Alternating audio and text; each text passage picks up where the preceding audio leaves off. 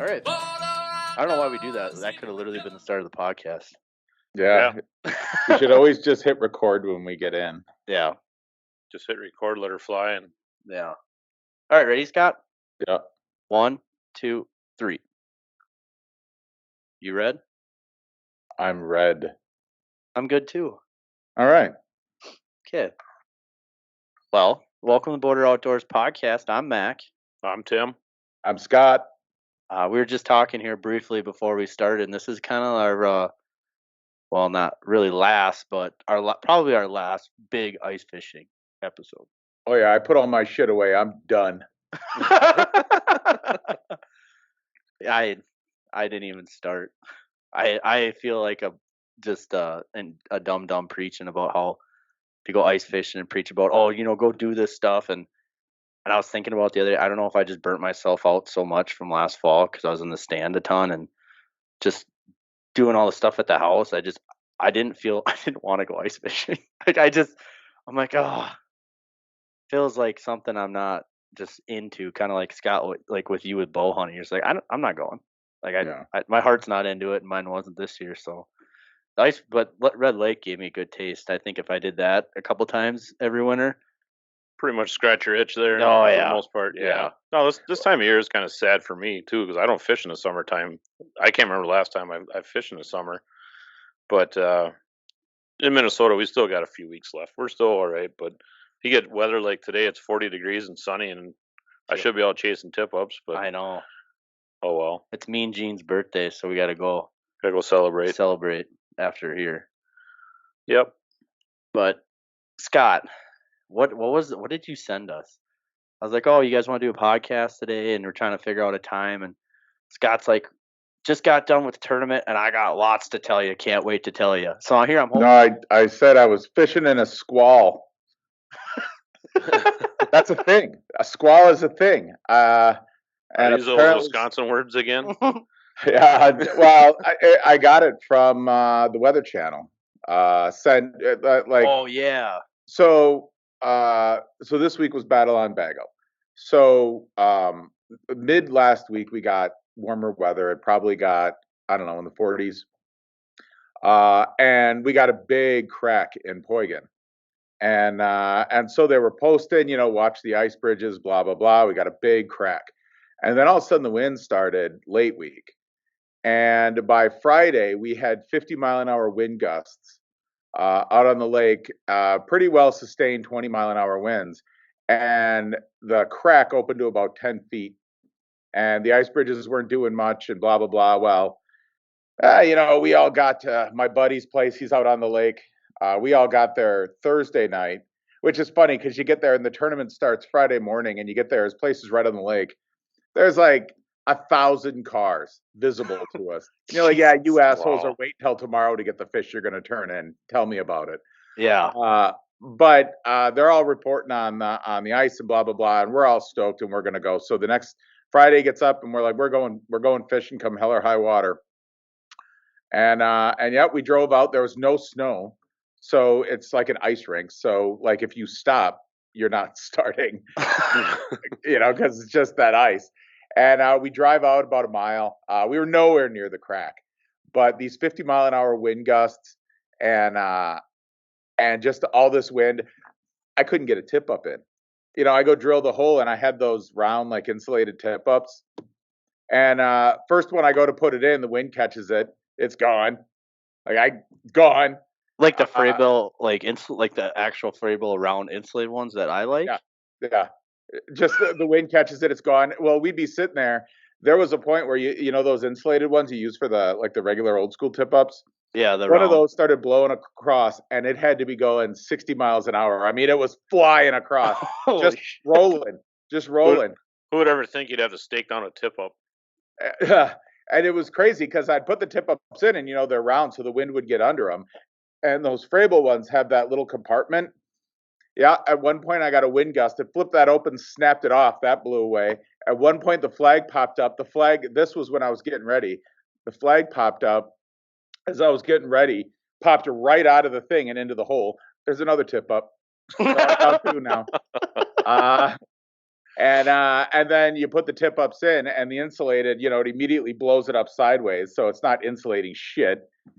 We were out there for hour and a half with that wind going. Just I'm hiding behind the Jeep. It's a big box, but it's got a 3-inch lift, so the wind's all coming underneath. So it's not doing me any goddamn good anyway.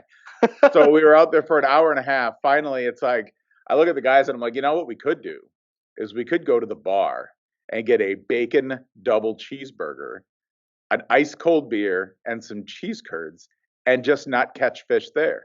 Yeah, that sounds good. So we all went and did that.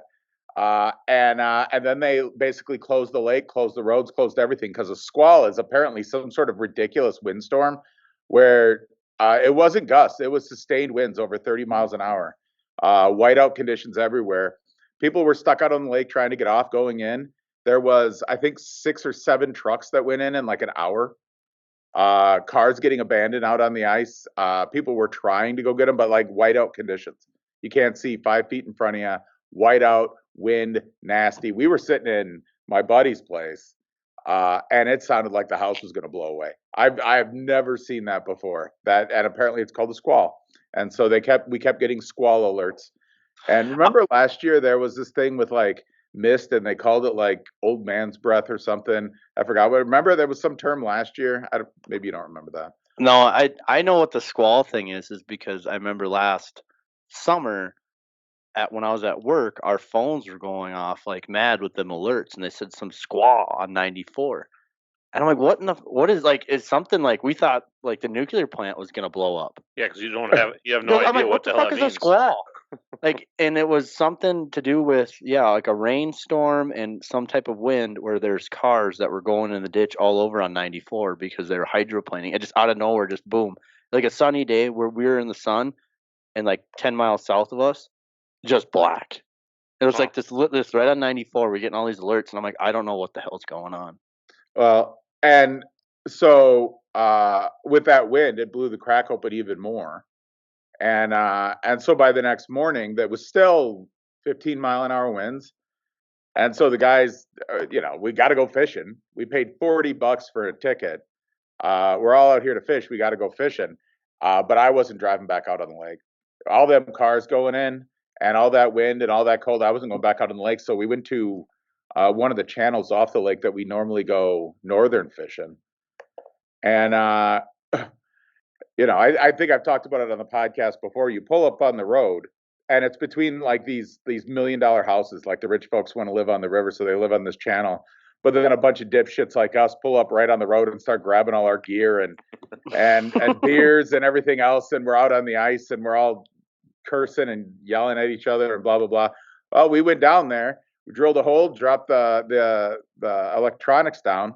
Oh yeah, there was fish everywhere. So for about 4 hours, we just pounded perch. They were everywhere.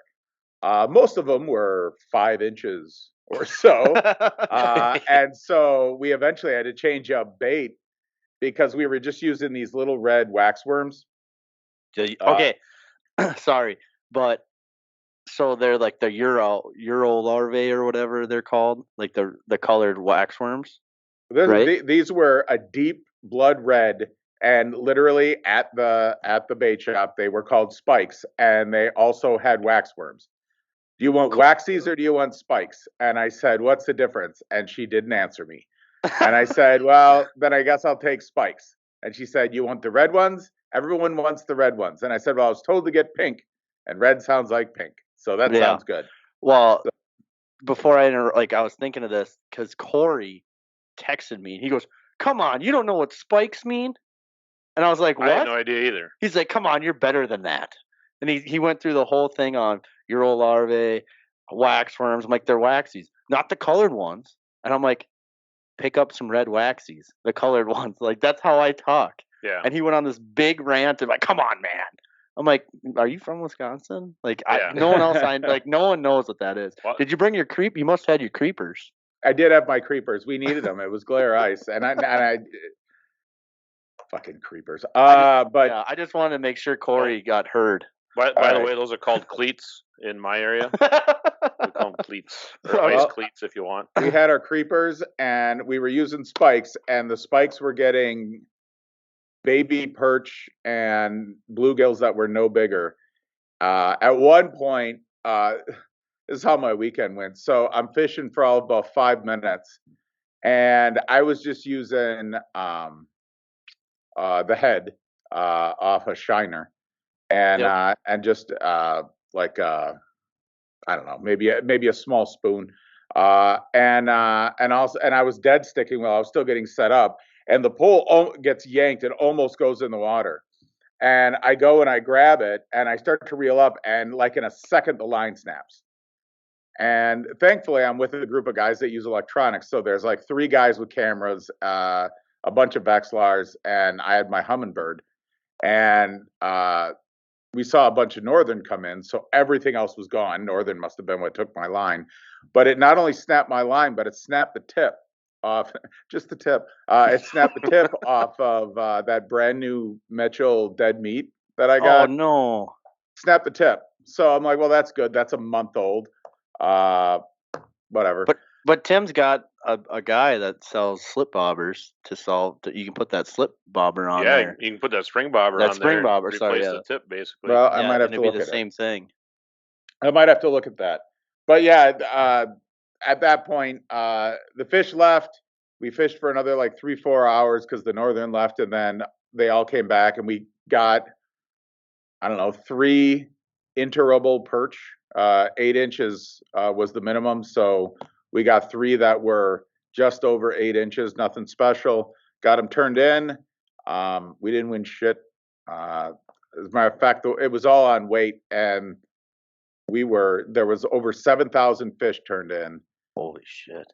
And I want to say that, and they did places up to like 2,500 or 3,000, and we probably would have been like 6,500th place. So we weren't even close. So we didn't win shit, but we got some good fishing. And that last day we got out of the wind, and instead of going for walleyes, there wasn't a lot of walleyes. As far as the tournament is concerned, if there were 7,000 fish turned in, it was like 2,500 were perch, and like 1,200 were walleye, and then there was like some crappie and bluegill and whitefish and other shit. Mm-hmm. But yeah, so we got in, we got everything done. Drank entirely too much, ate way too. Like, we told 2 guys to bring breakfast, and they both brought donuts. So we ate donuts all fucking weekend, like every meal, and drank whiskey nonstop. So I feel really good today. You could use those donuts for hamburger buns too. Hey, I want to go back real quick, Scott, on your rod that you broke. Yeah. There's a lot of different companies out there too that are making rod tip repair kits. So you do get that eyelet and a little tube of glue that goes with it. So you can cut it down so it's flush or flat on the end, and then you can glue on a new eye on the end of that. You're looking at about $3 to $8 depending on where you go. The tip that he had was like, oh, it was a spring tip. Yeah, it was. Have you ever seen like the Jason Mitchells where it's like Oh, red yeah, and yellow, okay. like Well, super sensitive? And you know the weird thing about it was it didn't split in half like you'd think it would. It split in half the long way. Mm. Oh, okay. And so, I mean, I had considered whether I just, make it a little less sensitive tip, get some glue and whatever, repair twine, and just fix it and whatever, and it'd be fine. Odds are I'll just buy a new pole, move the reel over, and whatever, shit happens. I guess it's the end of the year. I got home. I put I straight in the basement, put it all away. It's all done. I got the spring fishing, open water fishing shit out. Put that in front. Got my golf clubs out. It's 50 degrees here today. It's over 50 actually. Wow. It's going to get a little bit cooler this week, and we'll get a little snow. But I'm done. I'm done with ice. I'm done with fucking cold. I'm done. I'm gonna find some new activities for a while. I've fished myself out for the year. Yeah, I don't know if Jason Mitchell has a warranty, but I know with like Fenwick's and like Elliott rods and some of them, they have like depending on what rod you bought, like the more expensive one, and Jason Mitchell meat stick or dead meat or whatever that you bought, it might be covered under warranty, or you might be able to bring it into wherever you bought it, and they might just give you a new one. I got to look into that. I got it at Shields, and I got it the week we went to Red Lake. So what was that? A little over a month ago, 5 weeks. Yeah, it wasn't. Yeah, Yeah. So I mean, I could. I don't really want to mess around with that. Go back to Shields and be like, oh, it broke, and then they get like whatever. It's worth the $50 for a new rod, so I don't have to talk to some high school dipshit that doesn't give a fuck about my problem. But you're the complete opposite of me. I would go through all the pain in the ass I'd make it just their, so make I it their can get problem. a new rod. But I only had this thing for like just over a month, and the tip broke. It's factory. It's not built right. It's got a factory defect. Yeah, like I haven't even caught hardly any fish on it. Like it should, unless it hit the ice. But maybe you can get a new rod out of it. There's a lot of people that do other shadier shit than that to get free Absolutely. shit back. well, maybe I'll give it a shot. We'll see how the week goes. I got home today tired, a little ornery. I made some real food that wasn't donuts and whiskey. That was nice. And then I came down to my office to talk to you fine gentlemen. Hey. Yeah. What a great way to end your day. Yeah, no kidding. Because we're like, oh, you want to do podcast at 7? Scott, I'll be in bed by 7. My window is from 1 to 4. That's what I'm doing. I'm like, okay. But no, I don't have anything to really offer. That wind, like you guys had the wind out there, we had the wind here, and I have never seen wind like that in the winter. Like, and it wears you out too when you're out in it. Oh, it's miserable. Just going outside to get the mail, and it just pounds on you. And the videos from, I don't think they've ever closed Highway 10 in Minnesota before, from as long as I can remember. And pretty much everything northwest of us was closed. Like it was no travel. You couldn't go anywhere. 371 between Brainerd and Nisswa. If everyone who listens is from Minnesota, like it looked like something out of like Georgia or like some other state. Like it never happens here, but the cars, a huge pile up. Yeah, it looked like a mess. I'm like, and then you see these people out there trying to pull them out, and it's like, fuck that. Like, I would just leave that thing sit. Park all that shit, get it right out of there, and like come back in about 3 days. It's nuts. Well, and as we sat there, the Battle on Bago tournament was posting videos, basically telling people, if you're on the ice, just stay in your car.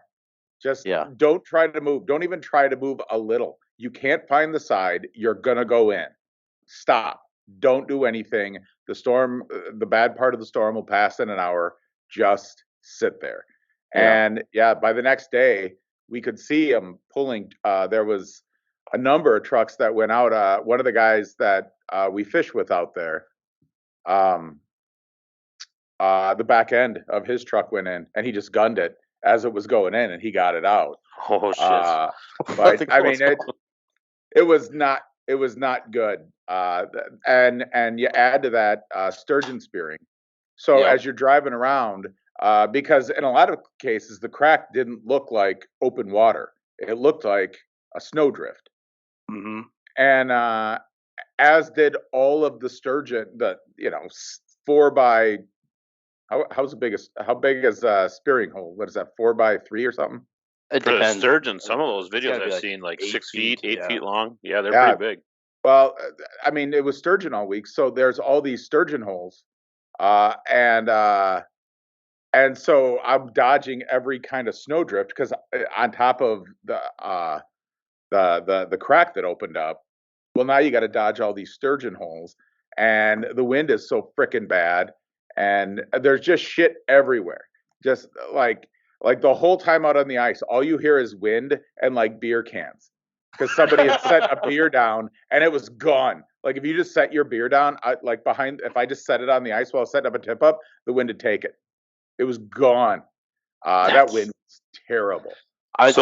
Go ahead. Do they mark their holes out there when they get done spearing those sturgeon? Most of them. Okay. Most of them were well marked. But as we were driving off the ice on Friday, I saw big, the ice was, they must have pulled because generally here when I see sturgeon, they cut the hole and then they push it under. Right. But in this case, it looked like they must have pulled it out and put the block back in.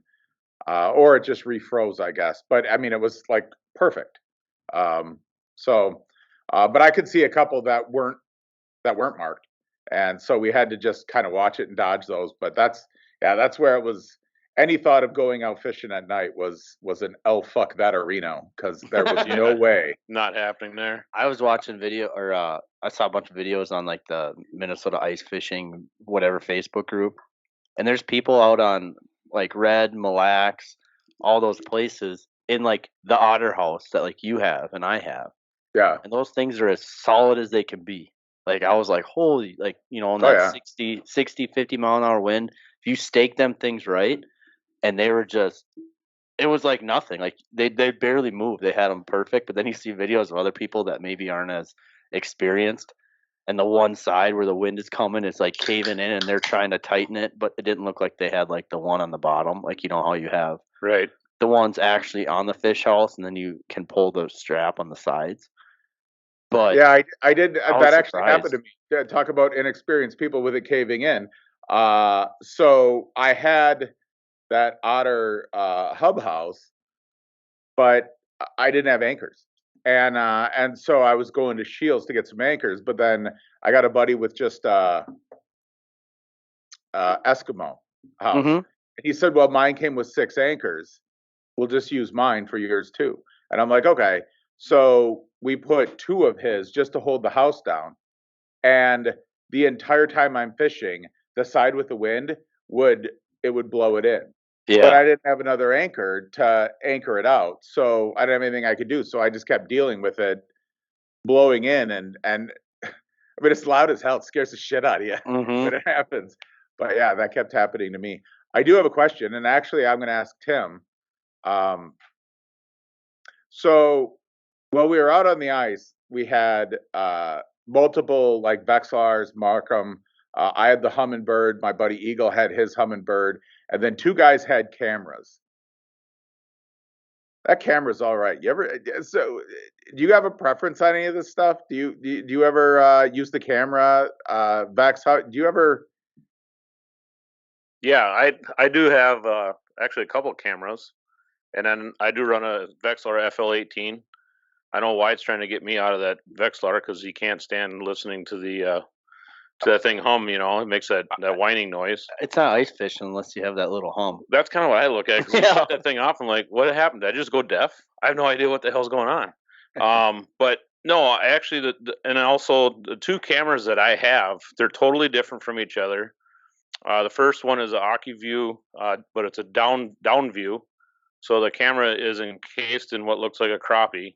It works out. I like that because you could set it out or set it down there between 2 holes that you're fishing. So you got 2 guys in a house fishing. You run a center hole, and you can, if you keep that camera up high enough, you can actually see both your lines down there at the same time. And then what we used to do, my dad got a kick out of these cameras because it's almost, he felt like we were like grocery shopping because we're pan fishing, right? So you put your line down, and you'll just get this circle of panfish, sunfish, and stuff around your line, and they just sit there, and it's fun to watch kind of their habits. It feels like we're going to learn something from what's going on here. So, anyways, you'll see a circle of sunfish come in, and they're all just kind of looking, and then you'll start to jig, and you'll see sometimes when you jig, you'll see them back away right away.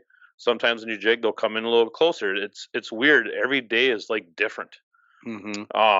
So like I said, it's kind of like a learning experience. But we've noticed too, like you'll have some really nice looking sunfish just kind of hanging out, staying about 4 or 5 inches away from your line.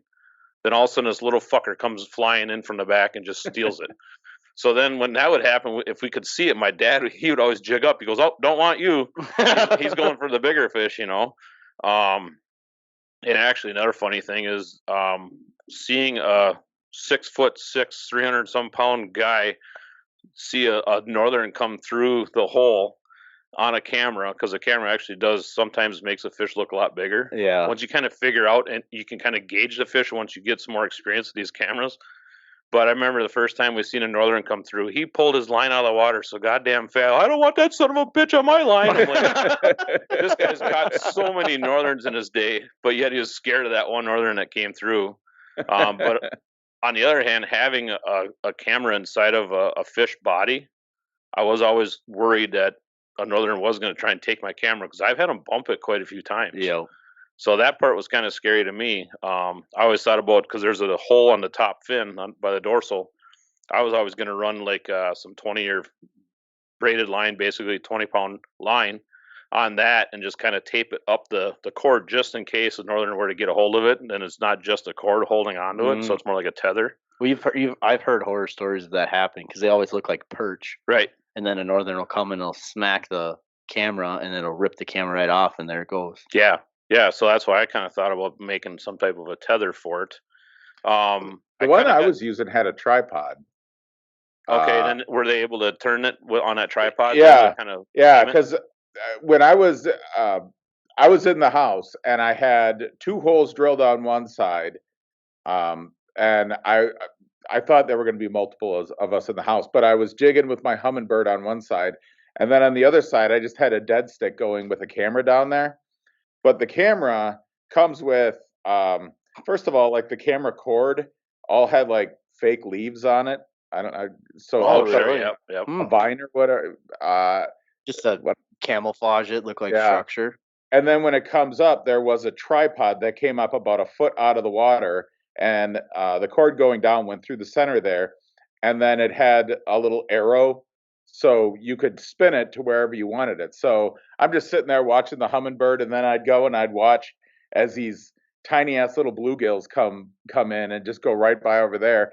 And so watching all the electronics, I'm like the anti-Mike. Because Mike's like, no electronics. I'm just gonna bang the bottom, and it's old school. And I mean, shit, with a camera on one side and the bird on the other, I loved it, man. It was cool. And it gives you entertainment too, Yeah. and a little bit of sometimes false hope. Did they still make I know Butcher has a Markham, and I think Aquaview he bought a Markham camera, and then Aquaview made the tripod that you just put it through there, and then he's got a remote. Yep. So he has it in his ice castle. He has it hooked up to the TV through the HDMI cord and all that. So then he'll be sitting there, like dead sticking, watching TV on the other one, but then he'll have a camera going, and he'll just hit the button and he'll just spin the camera, like Bluetooth or whatever, wirelessly. And I know way back in the day, yeah, it's funny. It's so funny. He's like, oh, just get the picture of this guy just laying in bed watching grumpy old men. That's about it. Yeah, spinning the camera, really working for it. Well, the one time he did that though, because he's got a 42-inch TV in the back, and then on the shelf for the ice castle, you can only put like a really small one. Yeah, like a 20-inch or something that just fits on that shelf. So I was up by the dinette, pulled the table out, and I was jigging, and like he had a hole under the dinette and one on the side. So I had a rattle reel down, and then I was jigging with the other one, just watching. I think we're watching like Grumpy Old Men, or we get into like war movies like Band of Brothers or whatever. We'll watch a series when we used to go out there. And he'd be in the back and he'd have that camera. Well, the one time when he spun it, a northern was looking right at it. And all of a sudden he's sitting there, and like it's a good part, and all of a sudden it gets quiet. He goes, Jesus Christ! I'm like, what? He goes, come here. And I look, and it's just this northern. It might have been like a 20-incher, just like eyeballs, like staring right into the camera when he spun it. But what I wanted to say is, Aquaview, do they still make that cube where it's four different cameras? Screens? I don't think they do. Somebody might know. There's so much stuff out there now, it's hard to keep up with what's all out there, I guess. Once I got the cameras I wanted, I just kind of stopped looking at all the new stuff because I don't need to keep upgrading what I have. But we actually talked. I'm going to go off a little side note on that one, but I want to go back to the other camera stuff. But we talked about in the guy's deer stand that I hunt with. Yeah.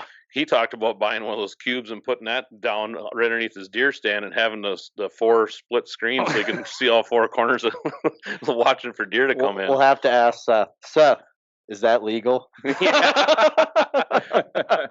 Pull up section 9, page 4, paragraph 75. But no, anyways, kind of back on the cameras that I have. The other camera I got was one that my dad bought. I don't even know the name brand of this thing. It's like one of those QVC midnight purchases he made. I just remember he bought it it came in the mail. He wrapped it and threw it underneath the Christmas tree. And when it came time for us to open gifts on Christmas Eve, he opened up his. Oh, I wonder what this is. You could tell it was his by his shitty wrapping job. Gift to himself. Yeah, that's what it was. Would he use like aluminum foil? No, he always used the Star and Tribune, the funnies, the comics. So that camera, and like I said, I don't have the brand name. I have to pull it up if once I get home. But that one has a camera that it's a side view camera, and it's kind of cool because the one that Butcher had in his fish house, I'm assuming kind of that tripod, and it actually would just twist the cable. Yep. So now let's say if you're in 20 feet of water and you're trying to twist that cable, it's kind of like shooting pool with a rope. It doesn't, you're not going to be able to pinpoint where you're at. This camera that my dad bought, actually, it's in a clear capsule, and the camera actually spins inside that capsule.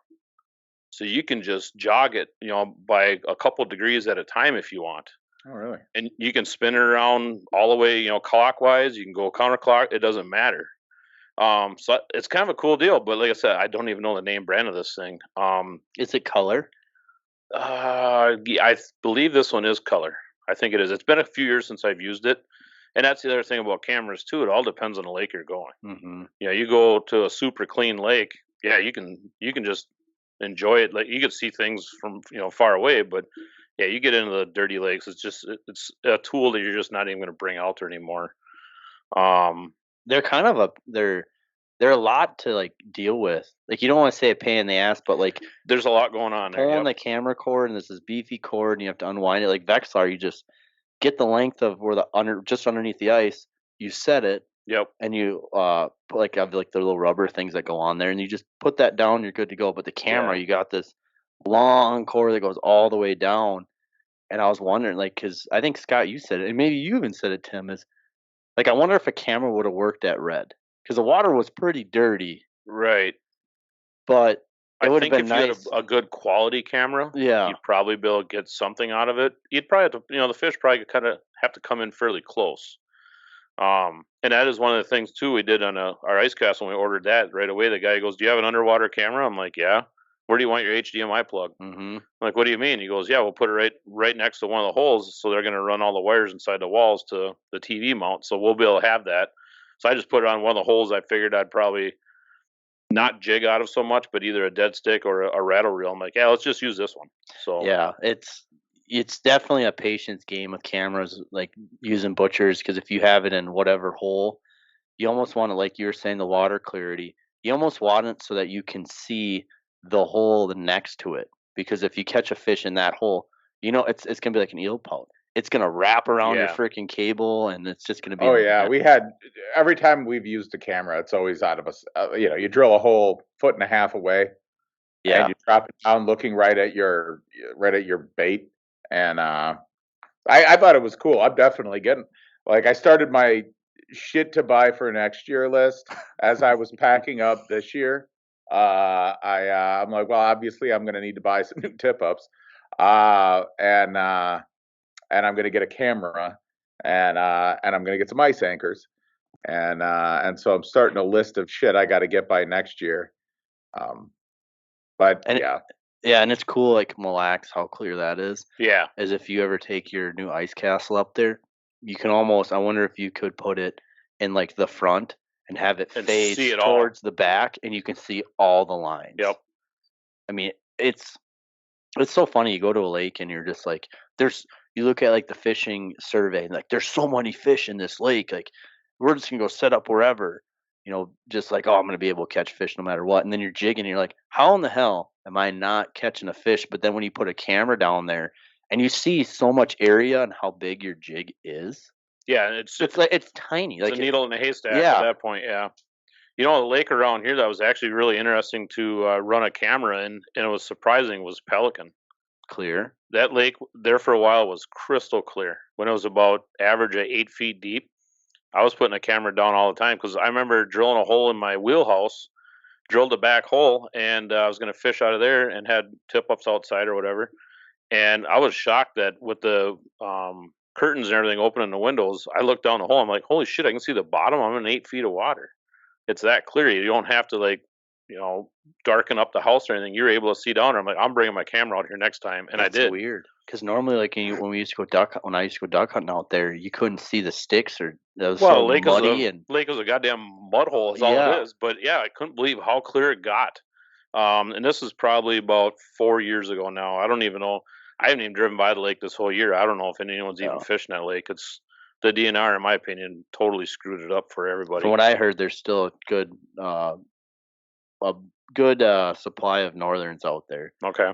But I remember you used to be able to catch some really nice sunnies out there, some big fat sunnies. Well, and after the year, I don't remember which year it was. It wasn't a year that it froze out and they were scooping those crappies out with scoop shovels. Yeah. It was a few years after that. It supposedly froze out, and I was catching northerns out there, and I always obviously open up the stomach to see what we got inside, and there was little tiny panfish in there. I'm like, something survived that last freeze out because they are there. They're just gonna take forever for them to grow back up again. But yeah, and it always sucks when a lake freezes out, but it's kind of nature's way of getting rid of the weak fish. I guess, like, because there's always fish that survive.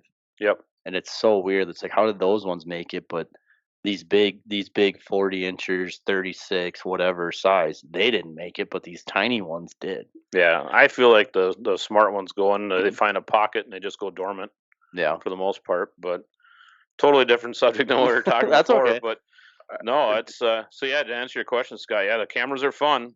They do get frustrating at times when you have that camera down. You see all these fish on your bait, and nothing's biting. My dad always wanted to design a jig that you could push a button and it's going to come out and zap them or something. Like a little harpoon comes out of your spoon or something. But why aren't you biting? It was nice in our case because we got there and almost immediately started hitting fish.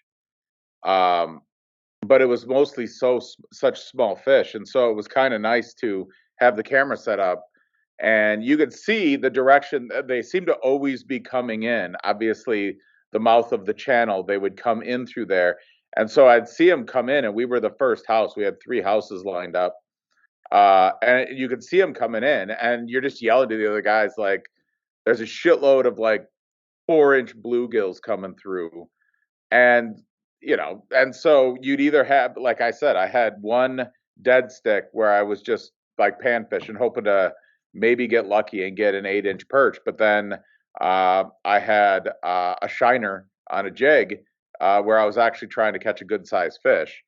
And when you'd see those little guys coming, I mean, I had perch that hit the line that I didn't even know I had a perch on the line. I went to reel it up just to change it out, and I'm like, oh shit, there's a perch on here.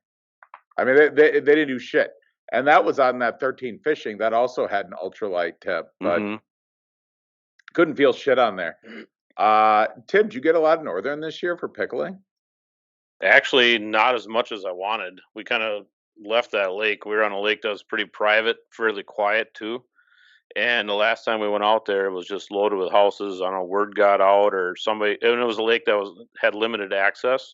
There's a public, I wouldn't call it an access. It's like a city-owned property to get on the lake. Yeah. Yeah. So that lake just kind of turned into a complete shit show. I might have to try to get. I wish today would have been a great day to try to get out there, but I'm sure it'd be like everybody else's idea too to get out there.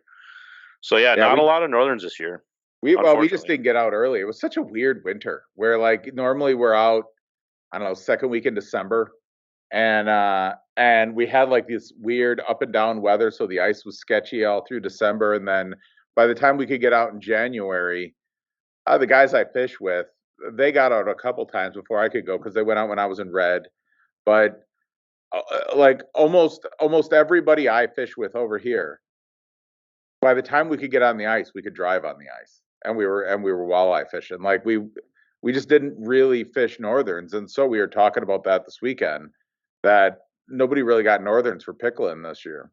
So I wasn't sure if you had. Well, one thing I'm glad I did do though is last year I kind of played around with it a little bit, and now this year I changed up my recipe a little bit. My grandma's recipe, sorry grandma, but I started cutting up jalapenos and putting like 1.5 jalapenos in each jar. son of a bitch, man. That changed the flavor so much. These pickled fish. I call it the trifecta. I eat my people, like Jane, she eats her pickled fish with a Ritz cracker. I don't, so I take my piece of fish and I put a jalapeno slice on top of that and a big chunk of onion on top of that, and it's like, goddamn, Do you have a Wow. bidet? a bidet. Do you have a bidet at your house? I don't need a bidet. Jesus, how's your butthole just not on fire? Oh my god! Oh, I love it. That's not like I love the flavor of jalapenos, like, but I can't take like when you hit a seed and then the spice. Like Oh, you yeah. like spicy shit, but like if you can get that flavor in the fish, oh man, that's so good. Well, Jane started canning our jalapenos from the garden, just slicing them up, and then she cans them. And it's kind of like buy the sliced jalapenos, pickled jalapenos or whatever in the store. Just today, I was making up some tartar sauce for tonight, and I told her, I'm like, well, with the crowd we're eating with tonight, I'm not going to do this. But I said, one of these days, I'm going to take a couple spoonfuls of that pickled jalapeno juice and put it in with that tartar sauce. That wouldn't have a heat to it. No, it's not a lot of heat. It's a good flavor is Yeah. what it is. It's just going to add some flavor to it. I've ate like pickled jalapenos, and I don't know, like with vinegar or whatever, it takes the heat out of it. Yeah, it calms it down a little bit. Yeah, and it's guts still don't like it, but it tastes really good. Yeah. Yeah, no, we like our spicy food. That's for damn sure. Scott, do you ever run in, like when you were saying you had all the people with your vexilars and your hummingbirds and all that crap going on in that tournament? Do you guys ever run into like frequency issues? No. You guys were far enough away? Because when we went to Red, I had a buddy's FL18, Mariah had her 8, you had your hummingbird, and we're in that fish house, and the minute it was always the third person would turn their vexilar on, then you get the frequency where it's going all over on the flasher for the vexilar, and then you guys were getting frequency on your hummingbird. So I was wondering if you guys just had to turn the gain down. I actually thought that was going to be Scott's question to me when he started talking about vexilars, about fishing in a big group. Yeah, because I know my vexilar does wreak havoc once in a while too. So No, but other than that time in Red, I mean, yeah, we had 3 houses and a shitload of electronics, but we were all, I don't know, 25 feet away from each other, and so that's not so bad. We never really picked up anything, and Poygan it's such a not deep lake. Like, when we were out in the windstorm in the middle, we tried to find the deepest area, and so we were maybe 6 feet of water, 4 feet from the bottom of the ice, or 4.5 feet from the bottom of the ice. When we went to that channel was 3.5, 4 feet. And so, I mean, really, you go to Lake of the Woods and you go to a deep lake, and when you and I were there and you were using your low rants, we were 4 or 5 feet away, and we could pick up both of our lines with your low rants. Just the cone angle of the transducers. Yeah, and it goes 15 to 25 cone angle. And you can either choose 15, 25, or 15 to 25, which somebody who knows these things better than me might. Hold on, I'll let you know in a second here, because I have the one on Mariah's vexilar that you can change it. So I'll let you know exactly what the vexilar is. Just hold on one sec. Yeah, because I think my 18, I think that one's 9 degrees. You're talking cone angle, right? Yeah. Yeah, 9 degrees and 18 degrees, I believe. 8, 12. Okay. Mac just said 8, 12, and 20 degrees on his. And actually, I think I got a faulty transducer on mine too, because I would always get that, I don't know, where the bottom moves up, like you kind of mentioned with the interference, but I'd be fishing by myself, and also my bottom is like flying everywhere. Yeah. And generally, it's always on the bottom lock, so on the left-hand side of the 18, where I'm seeing the bottom zoom of 6 feet. And that's where I notice it just starts flying around. So I have mine locked in. I can only go on like 9 degree, which is fine by me because I'm looking at a smaller area anyways. I just want to really see underneath me. I don't want that false hope. And when every now and then when I first got this thing, I'm like, I'm not seeing anything. I'd go to a wide angle just so I can start seeing shit, just to keep me out there for a while longer. I wonder if it's your battery. I've gone through a handful of batteries on that one, and I actually borrowed a buddy's transducer, and I went directly to the back. I didn't go through the switch, Yeah. and that one did seem better. It's just I didn't want to throw the money into a new transducer at the time, which one of these days it's going to be time to just do it. Yeah, I think I know on her FL8 it works good, but I think she just leaves that I think the standard is 12 for if you buy one from the store it's like 12 and then the 20 and 8 that's kind of different. But I'm pretty sure that it's like $100 for that one that I bought her for that transducer. But I can't remember with the Lowrance if I could mess with that too much. It kind of just the angle is the angle. Angle of the dangle is kind of what it is. But someone else that's got more that knows it a lot more could tell me. I haven't fucked around with it too much. The Humminbird was 15 to 25, 15, 25, and 15 to 25. There's 3 settings. I don't totally know what it is. Shields every year does this, where they bring in someone from Humminbird, and you go there and you pay $25, and it's a 3-hour class where they walk through the whole thing, walk through everything, and when you're done, you get basically like a Shields branded Yeti tumbler and a $25 Shields gift card. So you're basically being paid to learn about your shit. Eagle Witten did it, said it's fabulous. He's every year they announce the date of the class and it fills up that day. And so next year I'm going to watch for it to go and learn better about that Humminbird. But I'd say you could go on YouTube and probably learn the same shit. But if you're getting the tumbler and a gift card, then it's then it's worth it, because then you're going to take that gift card and you're going to go spend shit on ice fish. So it's actually pretty smart on their part to do that. Yeah. And there's some shit. I didn't get the lake maps this year when I got that Humminbird, and I'm kind of glad I didn't, because I paid for the Navionics app on my phone, which worked out way better, because now whenever I got to meet the guys, we're just dropping pins, kind of like I don't know, Google Maps. So I'm sure you could do that with OnX.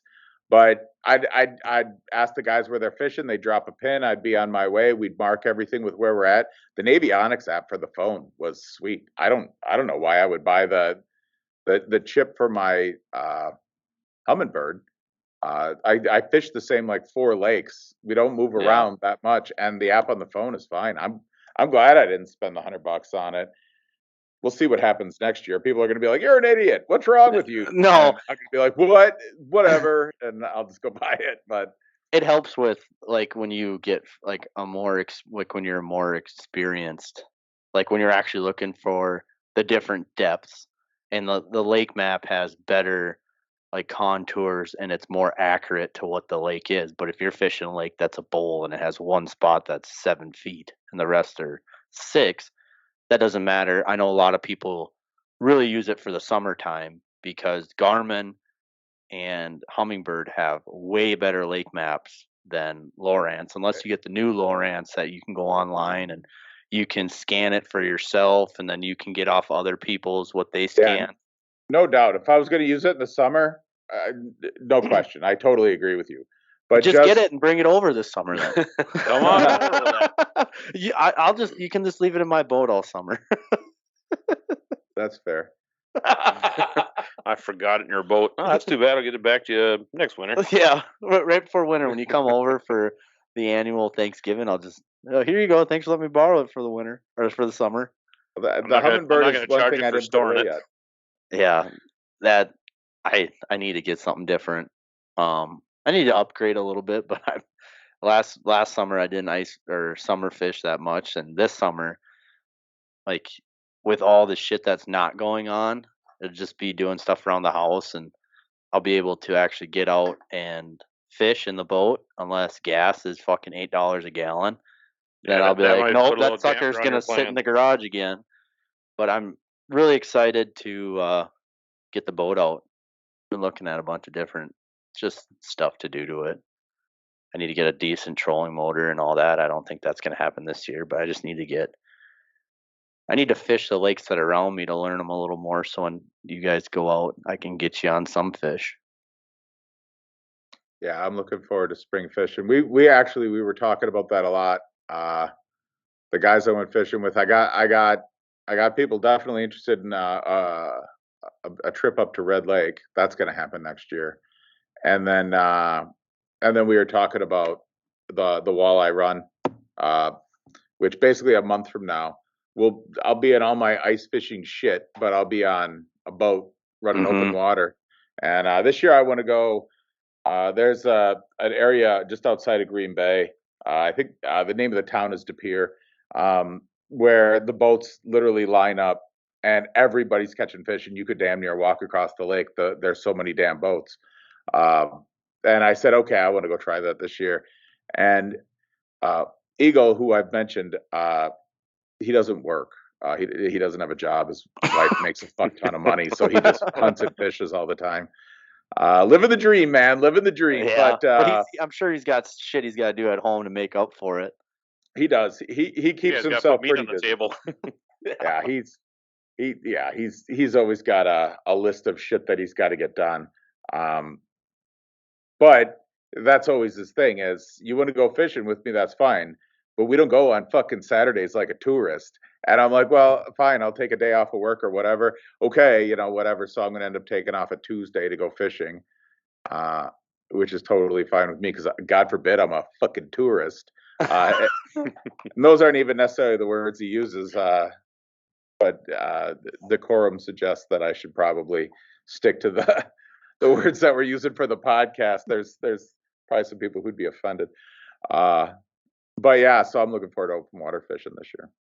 Yeah, I'm gonna get Tim out. Tim doesn't open water fish, so I've already made it in my head that I'm gonna get Tim out on a Friday night. Sun's going down, candlelit dinner. You're gonna get out and we're gonna do some walleye fishing. It's pretty similar to probably what you and I did last year, but just right away in the spring or casting. Oh, to dust off the old rods. They've been out. Oh, I got enough. You don't even need them. Good. I got some good rods. Mine are probably so dry rotted. I go cast and they'd break in half anyway. Hey, at least you know how to fix the tip. I'd probably snap them off like a Jason Mitchell or something. You guys, what else has been new? So Scott, you're all done. Oh, Tim, you and Wyatt have been doing your fair amount of fishing around here. You guys, you said you didn't get out this week and you had too much stuff going around the house, but you were out last weekend. Yeah, I'm kind of going through withdrawals this weekend. I had plans to go out last night. Well, we had some friends call us out to go do a little bar bingo, and then one thing led to another, and finally Jane looks at me and she goes, "I don't think you're going fishing tonight, are you?" I'm like, "No." We had some other people come over and turned into a whole different day than I planned, which is fine. Have to do that too, but yeah, last weekend we went out. It was a lot of fun because we filled the big ugly fish house with I think we had 6 people in there. Wow. So it was kind of a mass chaos out there, but we made it work. Kept everything fairly organized, so it wasn't terrible. We had a lot of fun. Took a buddy of mine from work out. I've known this guy for quite a few years now. Before he had kids, and now he's got 3 kids. The oldest boy is like 15 years old, and they don't do a lot of fishing. They don't do a ton, so they're fairly new to it. But we brought him out and we picked the lake that Wyatt and I have been fishing and doing really good with panfish. I'm like, anybody's going to be able to catch fish here. These kids aren't going to be bored. We made sure we brought them somewhere where we're going to be able to put them on fish, and because they were leaning on us to get them some entertainment, get them out there fishing, and we got out to the spot and we drilled out the holes. Wyatt and I took care of the house, got it all ready to go. These guys kind of sat in the car and just kind of waited for us, which worked good because it kept everybody out of our way. We got our system down. We talked about it on the way out there. What holes are we going to drill? We're going to drill, the back 2, the middle 2, whatever. We got kind of our system down. Get everybody set up.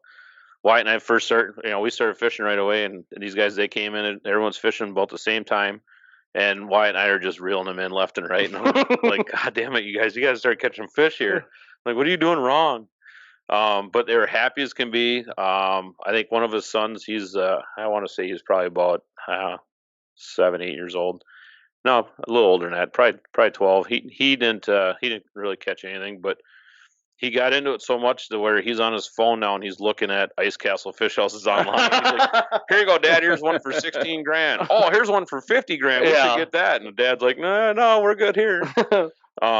So, anyways, and then they got a little daughter. I haven't met her, so I haven't seen these guys for quite a while, and I haven't met his daughter yet. And I want to say she's 4. This little cute little shit. She's just having a blast out there. Every time I catch a fish, and there for a while, I started pulling in some like 5-inch crappies, 4-inch crappies, little tiny guys, And right away, first thing she does, she runs over to me. "Is that a crappie?" I said, "Yeah, it's a crappie. Can I hold it?" "Sure." She puts her thumb in the mouth, she'll lip it. Yeah. "And you want to take a picture?" I'm like, "Okay, I'll take a picture." This happened with every fish I caught. And I looked at my buddy. I'm like, "So do you know how many fish you caught every night just by looking at the pictures you have on your phone?" He was like, "Yeah, pretty much." But yeah, every fish I caught, "Is that a crappie?" And then seeing the excitement in her face, and she wasn't one that got mad when we said we have to throw it back. So what I did is I'm like, "Go throw it in your brother's hole. Put it in there so he can catch it." Okay. She's just running around having just an absolute blast. Didn't try fishing. She didn't care about that part. She just wanted to hold every fish that I caught.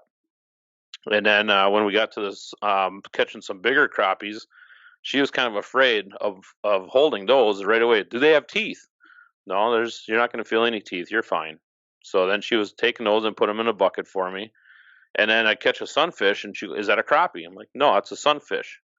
And then every time I would catch a fish, you want to know if it was a crappie. Well, then finally I'm like, okay, here's why I just kind of trying to teach a 4-year-old how to tell what kind of fish I have. And I said, "You see this belly here where it's nice and orange and kind of yellow?" "Yeah." "So well, that looks like the sun." I said, "That's a sunfish." So now by the end of the night, this 4-year-old girl, she could identify a crappie and a sunfish, know the difference. So to me, it felt good. It was fun to get these kids out there and get them excited for it. So that part was an absolute blast. So we split ways. They live quite a ways away, so they went home that night. Wyatt and I went home, clean fish for a while. We pulled in. I think we ended up counting, I don't know, it was like 14, 15 sunfish, about 10 crappies we caught or kept. So we had decent luck that night. So I told my buddy, I'm like, "I'll put all these into a bag and I'm gonna put your guys' last name on it, the amount of fish we have here, throw them in the freezer." I said, "We'll have you guys over for a fish fry in a few weeks." So they're pretty excited about that part too. Yeah, that's pretty cool to see that. Do you get like little kids involved like that? Oh yeah. Normally they're just little hellions running all over the place, but yeah. Well, it took her, I think, 3 hours before she put her foot in the hole. All of a sudden, she's standing next to me, and all of a sudden I see her disappear. I'm like, "Where the hell did she go?" And I heard the rattle reel go off. I look over, she's got one leg all the way down the hole, and the other leg is just barely hanging on inside the fish house. I'm like, I grabbed her by the armpit, kind of, and pulled her up. And her dad looks at her, and he's like, "Well, our night's complete now. Got everything done. I figured it was going to happen. It's time for us to go home." So we were trying to wring out her pants. She had those like fleece pajama pants and everything on. I'm trying to wring all that out, trying to dry her off. I'm like, "You're gonna have to wrap her up in a blanket, take her pants and socks off, and send her home, and heat up the car." So, but yeah, everybody had fun. It was just cool to get the little kids out there and get them fishing. I love the contrast of this wholesome day of fishing with this cute girl. Is that a crappie? And all this stuff. And then my weekend, which was consisting of 3 guys in fish houses yelling, "Come on, you fucking jerk, take it!"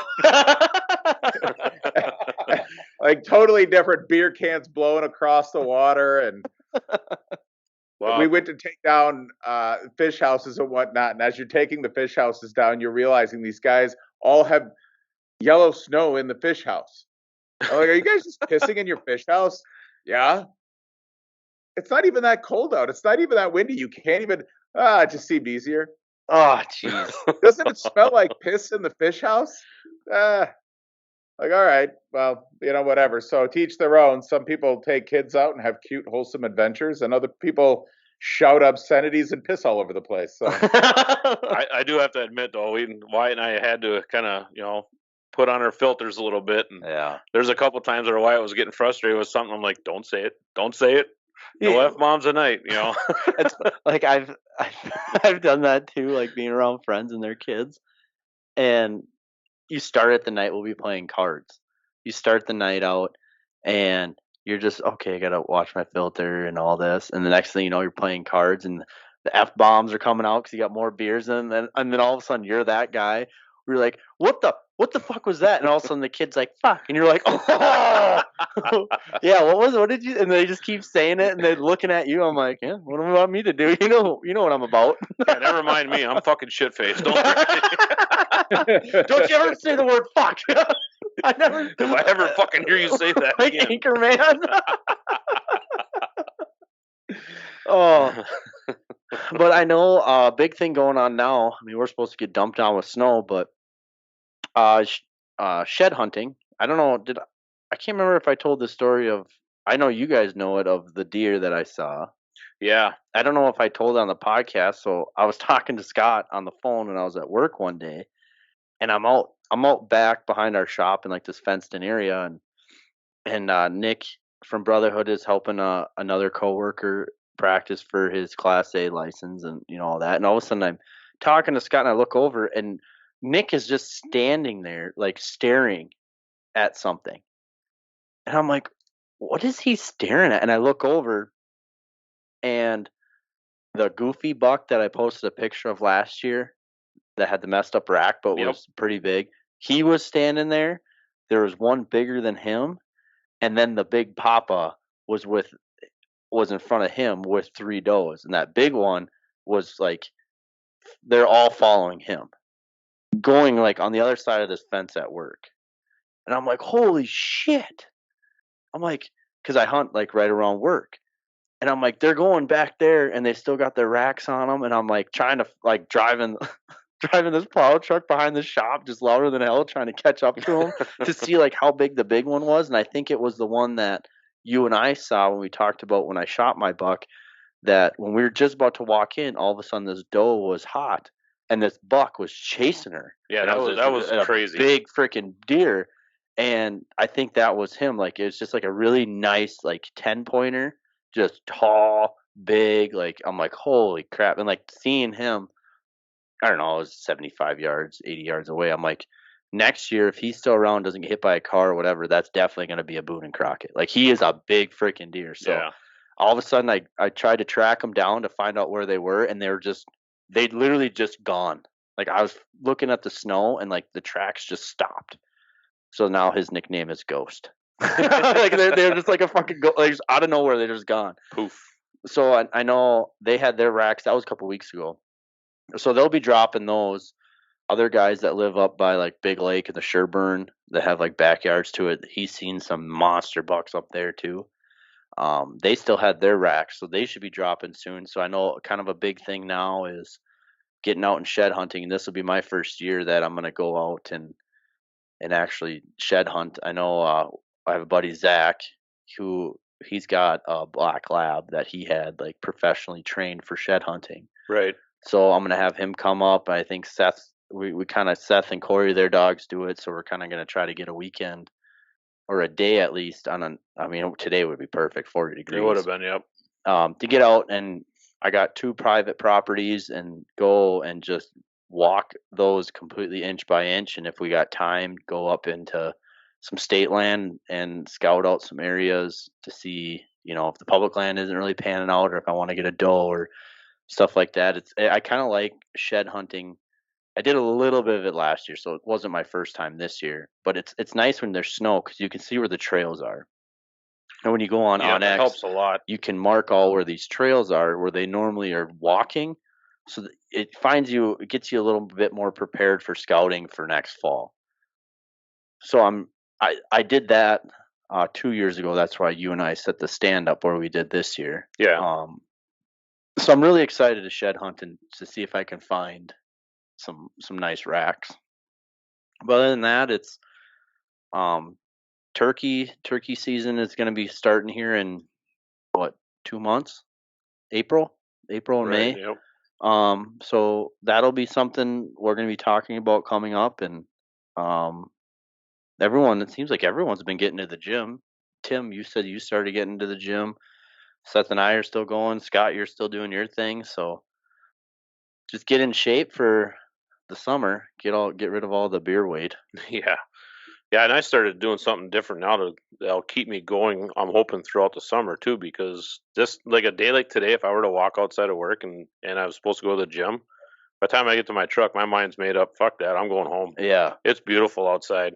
So yeah, I started going at my gym opens at 5 in the morning, so I've been going every morning, and I don't know. I've been doing it for a couple weeks now. I haven't really seen any big results, but last week I actually got on the track and actually ran. Mm-hmm. I do elliptical all the time, some treadmill work, some bike work, but it seems like that ground, pounding the pavement and getting out and actually running seems to just do way more for you. So, yeah, I've been doing that too. So, a couple weeks into that, I'm hoping, like I said, if I can carry that on throughout the summer at least, my goal would be to get to a certain point where I'm happy and then maintain it all summer long. Yep. So, yeah, get out there and stay active. Yeah, I definitely noticed it this weekend. I admit I don't normally notice anything from all the work and stuff that we had been doing, but as we were packing up Saturday, all the guys were taking down their houses, everything else, and to get off the channel, there is, I don't know, maybe a 6 foot. It's not super steep, but little climb. And one of the guys had a pullover house, and I packed up all my shit, got it all carried out, went back.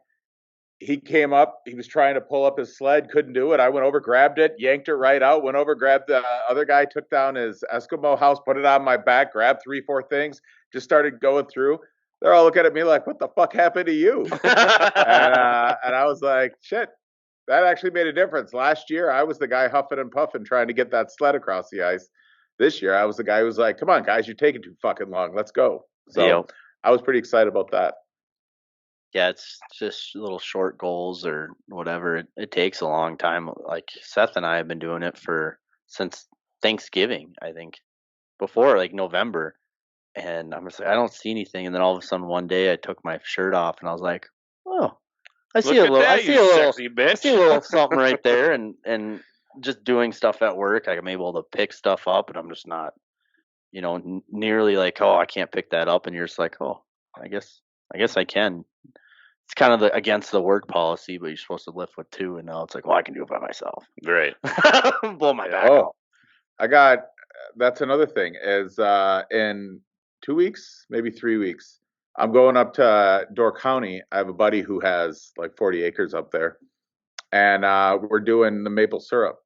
Oh, So yeah. that's like a whole day, apparently, of I can't even tell you. I don't even know what goes into it, but it's going to be a Eating whole fucking day. pancakes or what?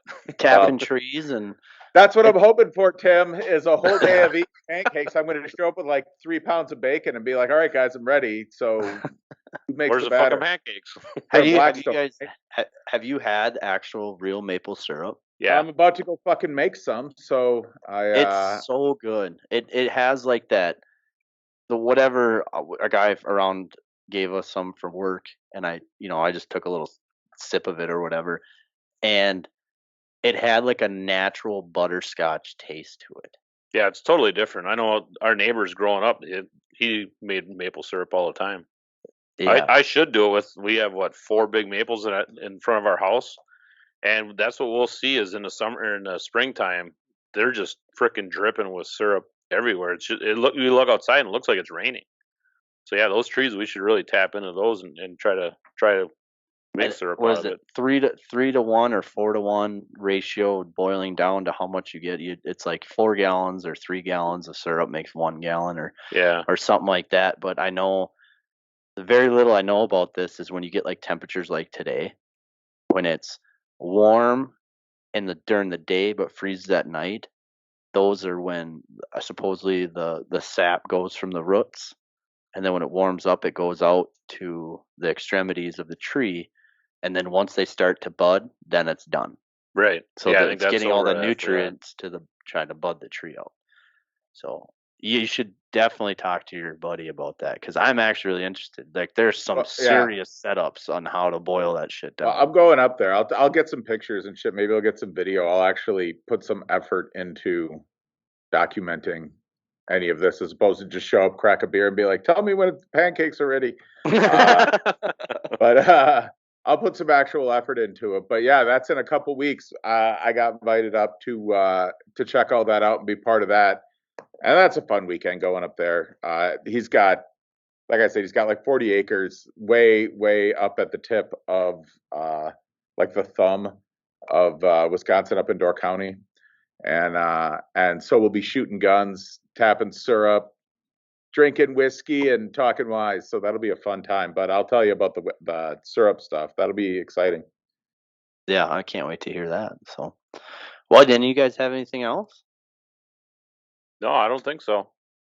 A lot of doesn't seem like I didn't think that we are gonna have a lot to do here lately, but then at the end of this podcast, we're talking about all the shit coming up, and it's like, okay, well, Oh, there's a ton. Oh, here's something. Did you know this? what? So the guy whose house I go to for Battle on Bago, he just bought 25 acres, just like farmland. He just wants to put up a pole shed to keep toys, Anyway, and so he gets this, and he said, "Well, if I wanted to use it for hunting land, what would I do?" And then a couple of the guys were there, and they said, "Well, since you're apparently rolling in cash and you could just keep buying this shit, go buy uh, like partially grown apple trees and just line it all up, because the apples will bring the deer in, and it's a huge agricultural tax write-off. So for anyone who has land that they want to attract deer, because I was talking to him about, just like, a clover or something to try and attract deer, and the guys were like, no, you plant apple trees. The apple trees that'll bring all the deer in, and the agricultural write-off for it is huge. And I'm like, really? Yeah, from a tax write-off perspective. And so we're gonna go plant apple trees, and my buddy's gonna let me set up a blind, and I can hunt there if I wanted. Oh, I told him awesome. I don't give a shit about hunting. Fuck that hunting shit. And then all of a sudden he's like, well, you can just set up a blind and come out here. Okay, maybe that sounds good. Same with, I know Minnesota does something with like CRP. Yeah. You get CRP land, you go on a contract, and you get so much money per acre, and you have to maintain it. They have certain rules on when to cut it, and all this mumbo jumbo. Yeah, that gets pretty tricky. Yeah. They got a lot of rules on that. I know a guy that I do custom baling, cutting hay and baling for. They had land in a CRP, and being that this year was such a drought, that they allowed people to go out and actually cut that for hay. And we got to the point where I wanted to get it done for the guy, because it was an extra 10 acres. I'm like, yeah, I'm pulling some extra money here. You get some extra hay. I get some extra money. We both win. But the day what was it? It was something along the line that when he went to the courthouse to get this all finalized, I couldn't cut it for like 30 days. They had some weird stipulations out there. I don't know what exactly causes this or what the reasoning behind it was, but yeah, we had to wait and it got to the point where it's like, okay, we're late in the fall where we really shouldn't even be cutting hay, because you can't even get it to condition and dry the way you need it to. So yeah, a lot of rules out there with that stuff, but it's definitely worth looking into if you have a bunch of land and you want to try to change how you're taxed on it and things like that. So well, the CRP, Scott, you've known, is like it offers really good deer bedding. Like they love laying in that CRP field, because certain years, depending on the weather, that shit can be 6 feet high and you can't even see them in there, and they just bed in there all the time. Yep.